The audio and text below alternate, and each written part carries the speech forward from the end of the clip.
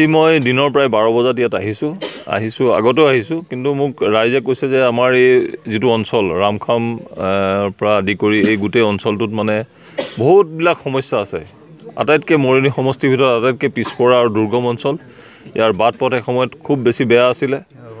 আমাৰ চৰকাৰে এই ৰাস্তাখিনি উন্নয়ন কৰিবৰ কাৰণে আমাৰ সেই সময়ৰ আজি তাৰিখৰ যিজন সভাপতি মাননীয় ৰঞ্জিত কুমাৰ দাস ডাঙৰীয়া তেখেতো আজি প্ৰায় 5 বছৰ আগতে মানে আহিছিলে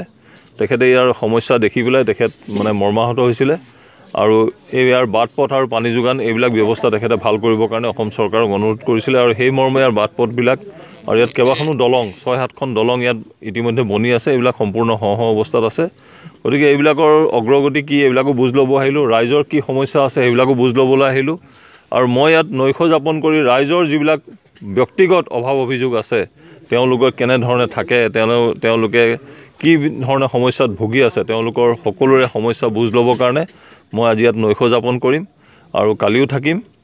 আৰু কালি মই দুপৰীয়াহে ইয়াৰ পৰা মানে উভতিম সকলোৰে সমস্যাবিলাক বুজ লৈ পেলাই ইয়াত মই চাইছোঁ যে ইয়াত মানে উন্নত মানৰ মানে চিকিৎসা ব্যৱস্থা নাই এটা মানে ইয়াত স্বাস্থ্য কেন্দ্ৰ উপস্বাস্থ্য কেন্দ্ৰ এটা দৰকাৰ আছে ইয়াত মানুহ মৃত্যু হ'লে তেওঁলোকৰ শ্মশানৰ অভাৱ আছে এটা ভাল ইয়াত শ্মশানৰ ব্যৱস্থা হ'ব লাগে ইয়াত এখন স্কুল আছে কিন্তু স্কুলখনত ভাল শিক্ষাৰ পাঠদান হোৱা নাই যাৰ কাৰণে ইয়াৰ স্কুলৰ ছাত্ৰ ছাত্ৰীসকলে ভাল মানে শিক্ষাৰ্থীৰে উত্তীৰ্ণ হোৱাত মানে অসুবিধা হৈছে মই শুনিছোঁ যে ইয়াত মানে স্কুলখনৰ ৰিজাল্ট খুব বেয়া গতিকে এই ক্ষেত্ৰতো আমাৰ চাবলগীয়া আৰু কৰিবলগীয়া বহুতখিনি কৰণীয় কাম আছে